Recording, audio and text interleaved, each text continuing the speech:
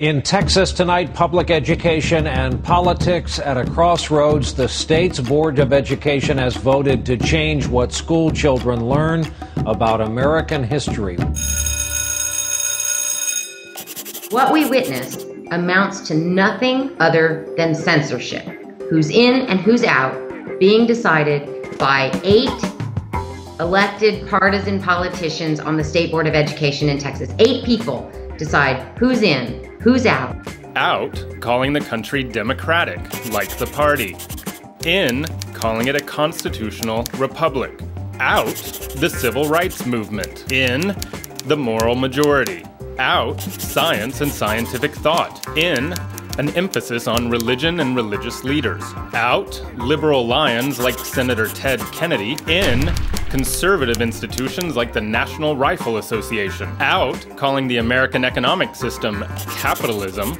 In, free enterprise. And minimizing liberal leaders like Cesar Chavez while maximizing conservative icons like Ronald Reagan. Standards that put the inaugural address of the President of the Confederate States of America, Jefferson Davis, alongside the inaugural address of a commie socialist you probably have never heard of, called Abraham Lincoln.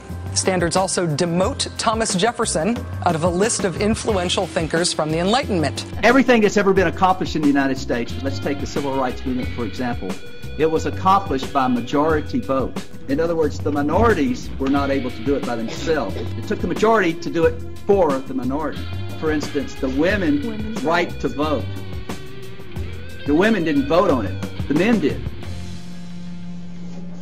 The men passed it for the women. Our students have to learn about American exceptionalism and how unique our country is. That needs to be stressed more. There now appears in the rough draft just some negatives.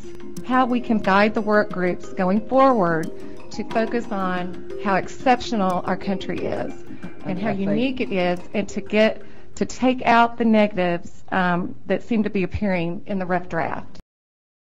We are launching a campaign until this gets fixed by the legislature. So contacting the Texas legislature and letting them know, whether you were in California or Nebraska or right here at home in Texas, that no textbooks should ever be produced based on these curriculum standards, and that from now on, teachers and scholars should make this decision.